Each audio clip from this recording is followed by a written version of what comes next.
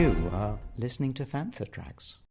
Because of the following special program, Wonder Woman and the Incredible Hulk will not be presented this evening. I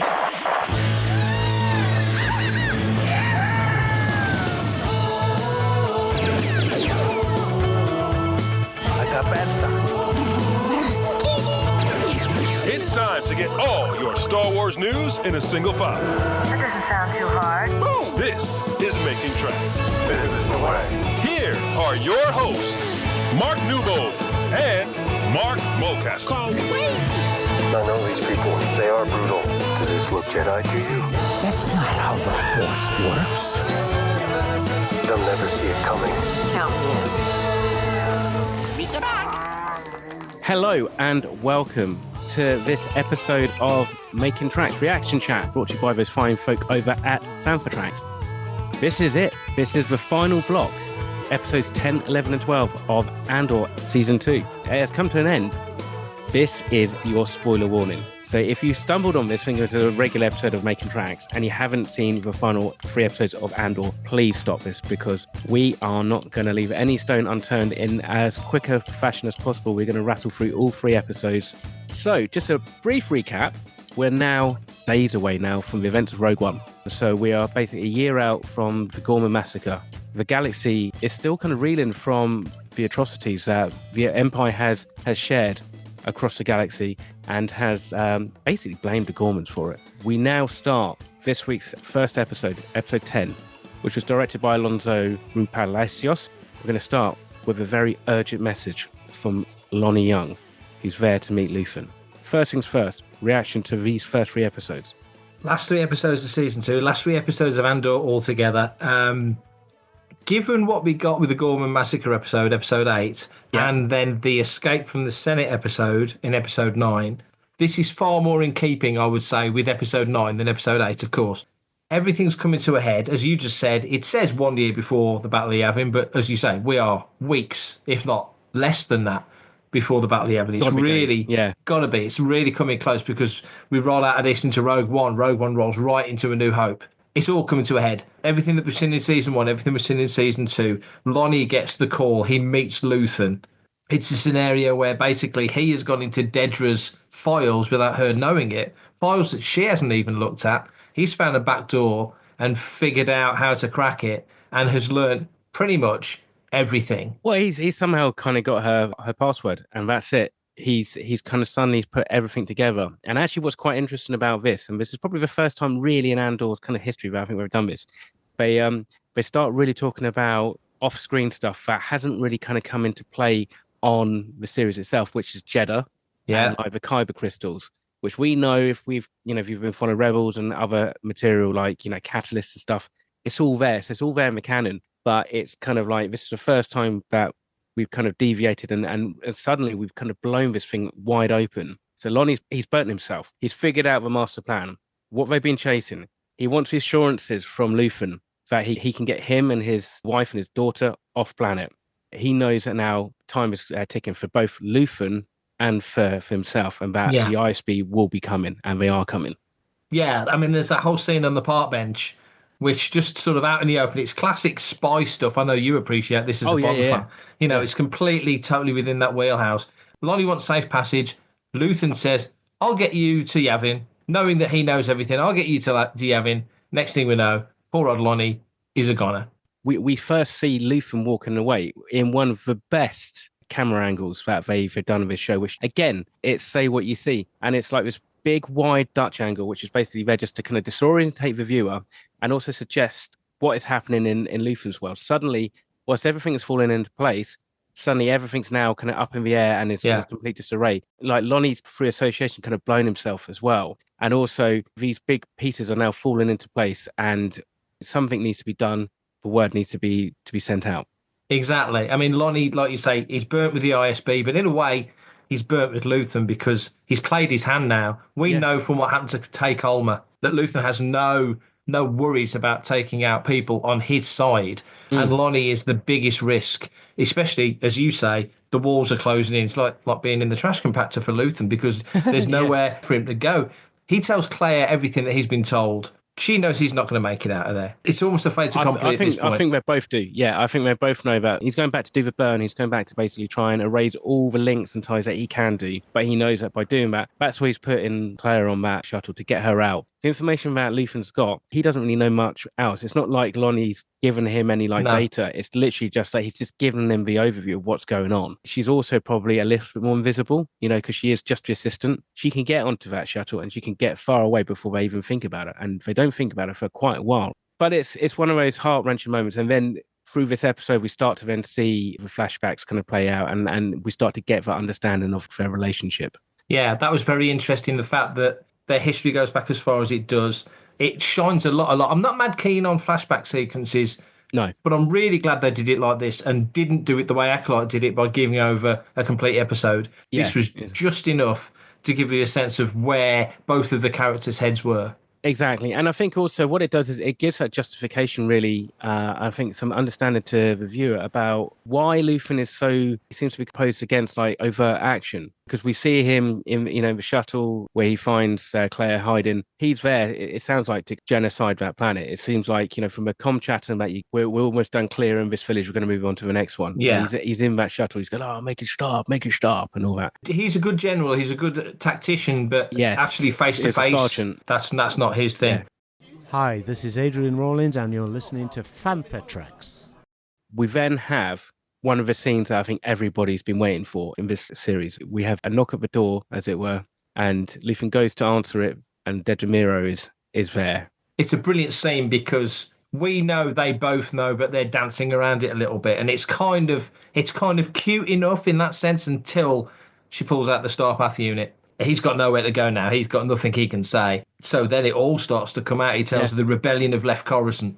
The message board has been destroyed. We see him destroy the message board, which was heartbreaking because that's one of my favourite bits of kit in the whole show, but made all the sense. Kind of says to her, the rebellion's not here. It's flown away. It's everywhere else now, and that's it. But it kind of shows the path that Dedra's gone down, but she's there to confront him by herself. She's overconfident and also kind of naive. It's like, why would you ever turn your back on Luthen Rail? Exactly. She's tried to take on too many things at once. Gorman ended up being weirdly a distraction for her. Yeah. If she'd have stayed on Axis, maybe the Empire would have profited better by putting her talents and skills to that than pulling her away for Gorman. She didn't get promoted for Gorman. She still got those 3 blocks on her lapel. That's it. Luthen knows the gig's up. He knows he can't be captured, so he tries to kill himself. Yeah. That's always a hard thing to do. I mean, to do it with a 65,000-year-old Nautilin knife. I think she realizes that she's cocked up at that point when, she realizes that actually suddenly now that her own fate now is kind of tied in with whatever happens to him. Player sees it from the outside. She watches him being pushed on that gurney, a bit like Anakin being pushed on. Very much. From Revenge of the Sith. And that then obviously starts her down the realization that he's not dead. She either needs to rescue him or she basically needs to kill him. She needs to silence him. And I think there's that moment where he would do the same. Anybody who is slightly vulnerable or he deems vulnerable, as you said already in this episode, they just get wiped out. He wouldn't be feeling too aggrieved by the whole situation. The ISB now, they know what's going down at the shop. They know that Lonnie is dead. So there's the issues are sort of escalating there. Claire makes it back to the infamous apartment that everybody in the rebellion seems to have used at one point or another. Which I love. And she's now made the decision. She knows she's got to go into the hospital, exactly as you say. She's either got to save him or end him. So she gets into the hospital. We have this fantastic sequence, absolutely fascinating, as she works her way slowly through the hospital. Yeah, she has that fake cut on her hand with the bandages. Yeah. So she can pass kind of through, ER unnoticed. And then she does a little bit of nifty, lock breaking, break into the staff kind of lockers them out, which again kind of just shows just how well trained she is in all this kind of stuff. And you've got all these flashbacks happening as well, haven't you? When you sort of see her skills build up. What it is, it's kind of it's a contracted version of what we see with Andor in season 1, Cassian. And it's basically Luthen, he's taken her on his wing, but also you actively have to join this thing. It's got to be your decision. It's not down to me. Not my fault in the end. So it tells you so much about Luthen. I mean, it tells you a lot about Claire, but it's more about how Claire trained, because you can see from a young kid she's smart as a whip and she's obstinate and she's determined. So that's the skills, that's the tone of Claire all the way through. But with Luthen, actually, I think weirdly he's the one that's changed by Claire almost as much as she's learned from him. Yeah, they've got this kind of symbiotic kind of relationship, haven't they? I mean, and it was quite nice in that flashback that, we see Naboo, which is, I think, probably like the first live action Naboo scene we've seen since Revenge of the Sith. Absolutely, yeah, Which is, you can only tell from the architecture, but it's quite nice to bring it back to that planet as well. It was a bit of a shame that they had to leave because that ice cream sundae looked quite tasty. It did. She's working her way through the hospital. She's using distraction, gets to a point whereby like she can't use that old deer anymore, so she throws the old deer to the side a little bit. A bit like Bond does that in Die Another Day, gets a patient in their wheelchair and kind of like uses them to get through genetic clinic. But then, she kind of dispatches loads of the ISB tactical guys. And I mean, it's just so cool because she's a real badass. Also, it's glass everywhere. It's a bit like Narcana 5, where everyone can see. It's not like a wall, it's glass. Brazen. Yeah. So she's not hiding it. I was kind of half expecting them to send the KX droids in, but thankfully they didn't. Yeah. But she, like you say, she's absolute ninja, and then gets to the machine and realises there's no alternative. No, she's got to unhook him. She basically kisses him on the forehead and lets Luthen go. So in this episode, we lose two important characters. And I think, that's one of those kind of overarching thoughts on this block, is that there is a lot of tying up of the loose ends, which is kind of like it's done in a really nice way. And there's also some opening of other story threads that we can develop them at later on. But she gives him a kind of a quick kiss, and it's kind of probably one of the only kind of signs of affection that she's probably ever given him. So Axis is dead. And then it's like a slow dip to black. A solemn ending. These 3 episodes have got the balance of action and dialogue and pathos and everything perfectly balanced. Hi, this is David W. Collins, voice actor for Star Wars and sound designer at Skywalker Sound. You are listening to Fantha Tracks. So episode 11 kind of starts really, it kind of picks up with the ISB picking up the pieces of Claire's raid. And the 6 kind of slap charges that she uses. Here is making a point of making sure that everybody knows this was Dedra's mess. This was her squad. She assigned these guys. Nothing to do with me. Absolutely, yeah. The way the Imperials are happy to grab the glory when they can, but palm off the blame as quickly as they possibly can. And Hart as well. I mean, he was trained by Jedha, essentially. He was her assistant. And there's no loyalty in the Empire. You can see that. They're making out that there was 3 attackers, when, of course, it was just Claire on her own. And then we cut to the ISB, where Krennic is now talking to Jedha, and you can see as a viewer, in her eyes, in her demeanour, and in the cold, detached way he's talking about her, she's well and truly screwed, because she doesn't know half the stuff she's been accused of, because they were in these documents that she stuck in a file and never opened. She is basically in the same interrogation room as Cyril was. Krennic comes in, turns off the recording system, which is always a nice stroke where something's going to be said or done, but it's not quite legal. But basically what it comes down to is she received, and this is Imperial bureaucracy, it's fine, she received data packets that weren't addressed to her. It's almost as if somebody kind of put a typo in the email address, so it went to dmiro@isb.gov. Yeah, so the D-Vader. Yeah, or D-Miro2 or something at isb.gov. Yeah. And when you think about it, it kind of just sums up the whole empire. It's basically the start of their house of cards falling down with the Death Star is because a little bit of bureaucracy, probably some low-level flunky somewhere, did a typo, and she ends up with it. But don't you think it's brilliant in the way that Rogue One's great twist is that Galen Erso puts the fuse inside the Death Star? Yes. That gives the rebels something to literally shoot at in A New Hope. And yet here, the flaw that gives the chance of getting the Death Star plan, just the domino effect, the start of it, is exactly what you said. Is basically they sent an email to the wrong person. Krennic kind of says, Miro's own downfall is her own fault. He calls her a scavenger. Look, you basically couldn't help yourself, because she did kind of pilfer through some of the stuff, and she kind of mentions that, there was some other stuff, and that there was an ISB raid, picked up somebody, and they interrogated him, and they killed him, and it's kind of and he had information pointing towards Axis, which got buried. Yeah. That if she hadn't have found, wouldn't have then led her to Luthen.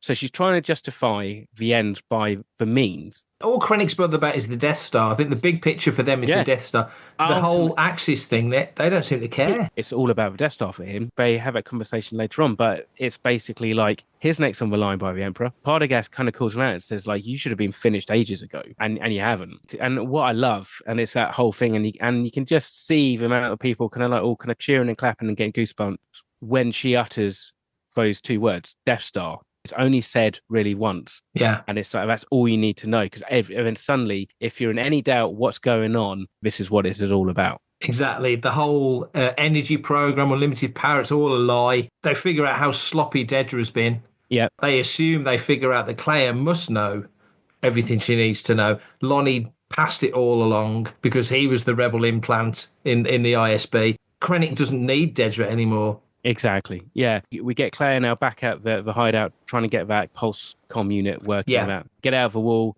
get it set up.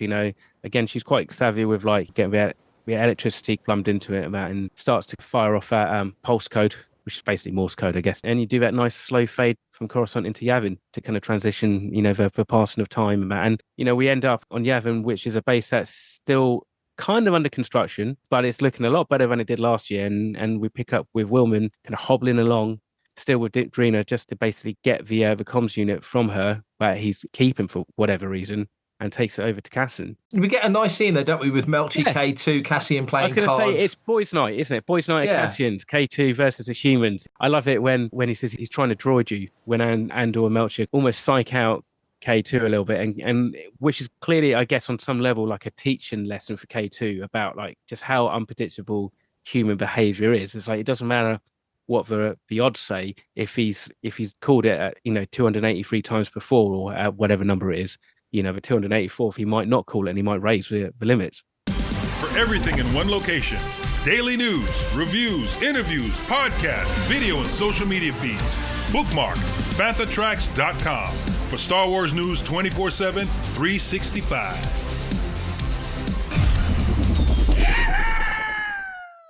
We've got Krennic now and Partagaz. They're starting to get squeaky bum time now. Krennic's about to go to Scarif.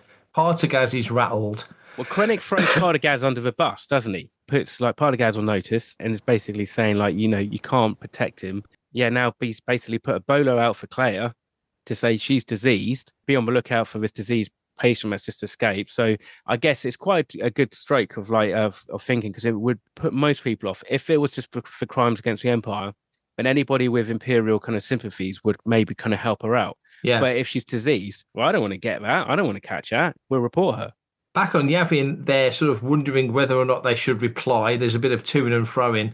Cassian and Melchi, though, they're ready to go. Yeah. They're ready to get in there, because I think they both, specifically Cassian more than Melchi, but realise what Claire's put on the line. And Luthen as well. I mean, Luthen gets no credit from the higher-ups in the rebellion. I mean, that quorum that they go into, Matt, it's basically a foreshadowing for what you get in Rogue One. And we start to see some very similar moments.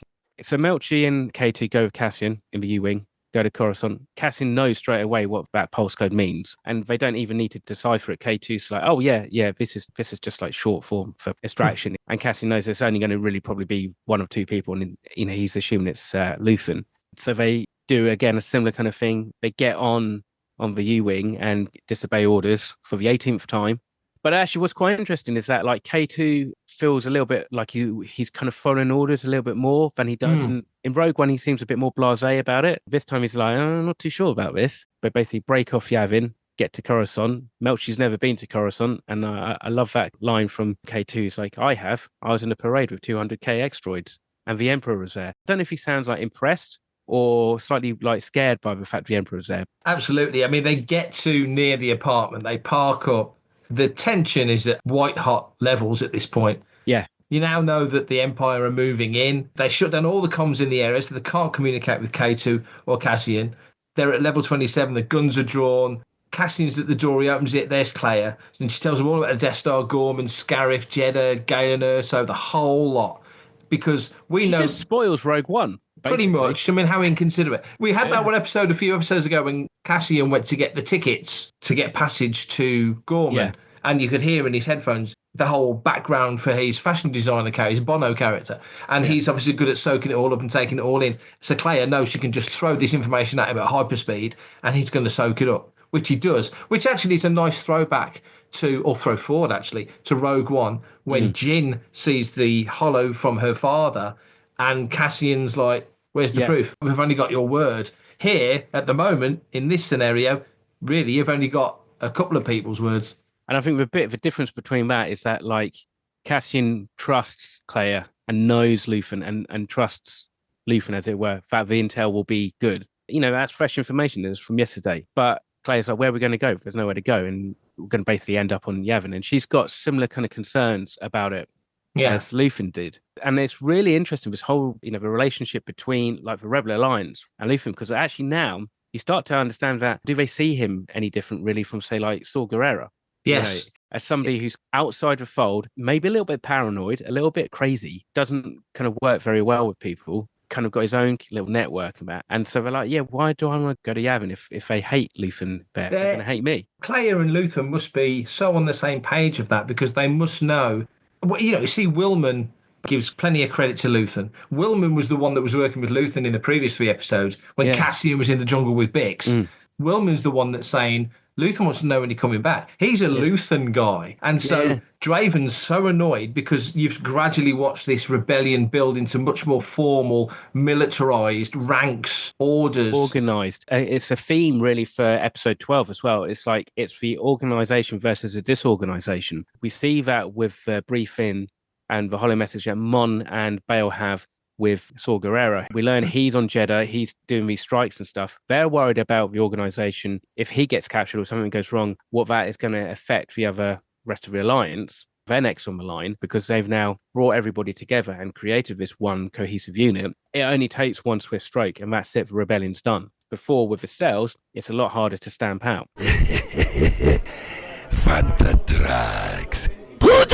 As we move on into the final episode 12, Cassian's telling Claire that, look, if you come with us, going to be keeping Luthen alive. People won't see you as some kind of like, somebody bad. We're going to refer to you as like a hero, melt you kind of ways. And I think that also helps. We've seen K2 kind of walk onto that Imperial shuttle and just kind of take everybody out. He realizes that Cassian doesn't know that the other tactical squad's coming, but he doesn't rush. I love it how he just kind of like just casually just kind of saunters in and kind of dispatches everybody. And we know he can run because we saw those droids running at speed in the Gorman episodes. Absolutely. So it's so tense. Cassian's trying to convince somebody to come with you, and that thing kind of takes time, and you kind of see it at the end of episode 11. It's all very rushed. She's really fraying at the edges. She's spinning out a little bit. She's obviously tired, probably hungry and that because she hasn't, slept and eaten for days. Yeah, it's the most frazzled we've ever seen her. Yeah, and she's always been super in control. Like even when like Luthen was being a bit on edge in the earlier season, on the Chandrilla stuff. Yeah, totally. And she's like cool as a cucumber. But so Sunny now, she spun out, but she like Cassian calms her down. We kind of have a really cool, tight action scene. You've got the tactical squad coming in. It's another kill box. It's a bit like Gorman. Like there's nowhere for these guys to run, so they've got to stand and fight. But actually, what they don't know and what the tactical squad don't know is K2's just literally coming up the lift. That whole sequence when he comes in and cleans house is ridiculous. And how he picks up her and just kind of like, he just uses him as like a human shield. And just so cool. Partagaz he's watching from a distance. He's proper worried now. He knows that his deck of cards is falling down. He really knows. There's that shot actually in episode 11. There's a big wide shot of ISB meeting room. And you've got Krennic on the right and Partagaz on the left. Totally just shows how fractured they both are. They're completely at different ends and they're both trying to defend their own careers and lives, really. Because, like, Krennic, basically, if you don't find her, you're dead. You'll be in the Imperial Death March. Partagaz knows it. Like, his numbers are up as well, pretty much, at that point. You see the U-Wing coming in hot to Yavin. They're flanked by X-Wings as they come in. The base is on high alert. They take Claire to the med bay. Draven takes Cassian to the council. He explains Luthen's dead, that Claire's been saved. He tells them about what's happened, about Lonnie, the connection between Galen, Gorman, Jedha. He just lays it all out on the table. They want verification. He's a Luthen guy, and they don't trust him. It's Bale who's kind of really leading that line of questioning. I mean, you've got Senator Jebel there who, like, I can't stand in Rogue One. No. And I can't stand him there. All credit to the actor because I'm just like, they're so skeptical about the whole thing.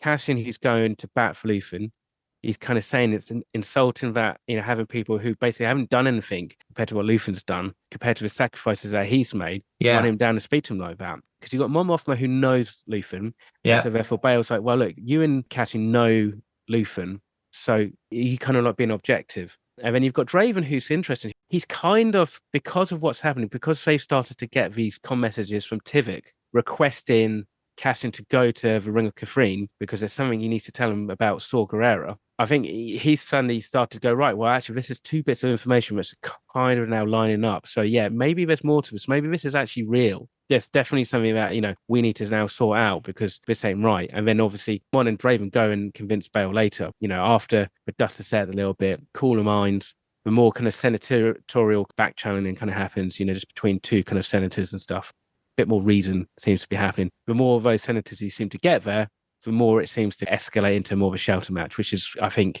just indicative of what happens in the Senate anyway. Cassian and Vel toast lost friends, which, of course, we've seen the two of them go through an awful lot together and apart. So they understand that. The fact that Cassian says that none of them would be where they are without Luthen, which is so sad because we know from Luthen's big speech in season 1 that he knew he was never going to get to Yavin. He knew that promised land wasn't for him. I give everything for a sunrise. I'll never see that whole speech. Player sits up in the med bay and we hear Nemik's voiceover from the Eldani episodes from season 1, which is very fitting, I thought. And Partagaz being arrested, going into the big office. Because he's listening to it, and that's the thing. It's like it starts off as a voiceover, like you're thinking this is just what is coming from Claire's perspective, but then the tone changes and it sounds like it's coming more from a speaker, it's more coming directional. Partagaz, at that point, it's that kind of acceptance that like he's kind of failed. Like he was so self-assured at the start of season 1 to where we are now. He's just like he has the officer's death, he has the the clean and quick and easy way out. There's no court martial here. There's no being dragged in front of the Emperor or Darth Vader. It's just him and his blaster and a set of closed doors. Yeah, as honourable an end for a military officer in that scenario as you could probably get. Claire is very lost because of the scenario. She's been hurt.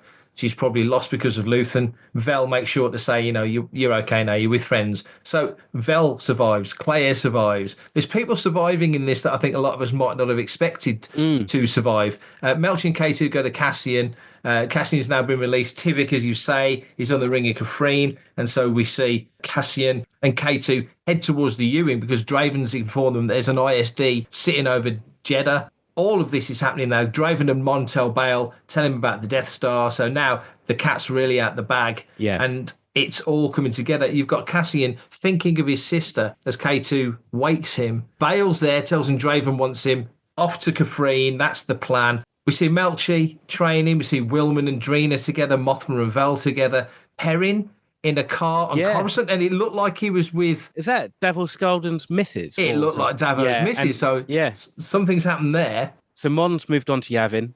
He's still in that taxi. You can just see his eyes are glazed over, and like I've seen online this week, people saying, I wonder what's going to happen to Perrin. That is Perrin's fate. He will die broke because he's going to gamble or an alcoholic. That's it. Absolutely. You see one of the moments, I would say, of the whole season. It's a tight shot. It's nothing other than Dedra's head and an Arcana 5 uniform. That's where Dedra ends up. She ends up exactly where Cassian was, making bits for, presumably, the Death Star. Death Star 2, maybe. Probably. Because then, literally, one of the next cuts is Krennic, and we know the only thing that's left to go in is that dish. Yeah. And that's literally only hours away now. Krennic's overseeing the Death Star. Viewing doors closed, and it's now Cassian and K2 heading off. They've got clearance, they've got a flight plan, which is much to K2's relief. And then we cut back to the Harvest Planet. Yeah, Mina Rao, final scene. What did you make of this? Because this scene blew my mind. We got to that point, right? And I was like, I remembered that everything that they had said in the press junket race is going to change how you approach Rogue One and what you think of Rogue One. And it has on some levels. But then I was thinking, this is more profound. It's going to be something to do with Cassian. And then seeing Bix walk through the kind of field of corn, as it were, holding that swaddle and having that baby with her. It can only be Cassian's baby. Just brings extra levels of heartbreak into the whole thing. Even the fact that when Cassian's in his glamping hut place, he puts on his jacket and stuff, he waters his plants. He's planning on coming back. This was not meant to be his last mission by his, he's just meant to go and speak to Tivik. I think you realise that is Cassian's promised land. He's the one that's ready to walk away, and Bix won't let him walk away because she knows what a principled man he is, that he'd never rest until the Empire was done. And all the way through Rogue One, it changes the relationship with Jyn now, because there was it always felt like a flirtatious thing because we didn't know better. Now we realise it's almost like for want of a better word, or lack of a better word, a brothership or a kinship. Exactly. He sees a kindred soul in Jyn, and there's a respect. The final scene on the beach at Scarif when they hold each other, He's holding her because he can't hold Bix, and he doesn't know that he's got a son or a daughter. We'll hopefully in the future we'll have a series and we'll find out. There will be some extra spin-offs, and who knows? Who knows who that child turns up into, and who that will then maybe lead into a future Andor. Oh, exactly. You know, in the Resistance, even post episode 9. It's been an amazing season. I struggle to think, in fact, I can't think of a season that comes close to season 2 Andor, apart from season 1 of Andor. I think we said before, this isn't just good Star Wars, this is good storytelling and good TV. Prestige TV at its best. And if the stories and the rumours are true, that they're going to put some of this out theatrically next year to celebrate the 10th anniversary of Rogue One, well then, yeah, that's going to be fantastic. Thank you very much for joining us for these episodes of Reaction Chat. We will be back next week with our wash-up, where we can go into more detail and just general kind of thoughts over the whole series. So if you actually have any thoughts or comments that you want to make about Andor, send them in. Email radio@fanthatracks.com. Head to links.fanthatracks.com for links to our social media feeds, Fantha Tracks TV and Fantha Tracks Radio. Thanks to James Semple for the Fantha Tracks intro, Blues Harvest for our Making Tracks opening music, and Mark Daniel and Vanessa Marshall for our voiceovers. New episodes drop Tuesdays and Fridays at 7 o'clock UK time. Our weekly news show, Good Morning Tatooine, goes live Sundays at 9 o'clock UK time on Facebook and YouTube. And remember, Fantha Tracks is absolutely free, so it costs nothing to stay updated on all the latest Star Wars news. So until next week, may the Force be with you. Coming up next on Fantha Tracks Radio, it's another episode of Making Tracks.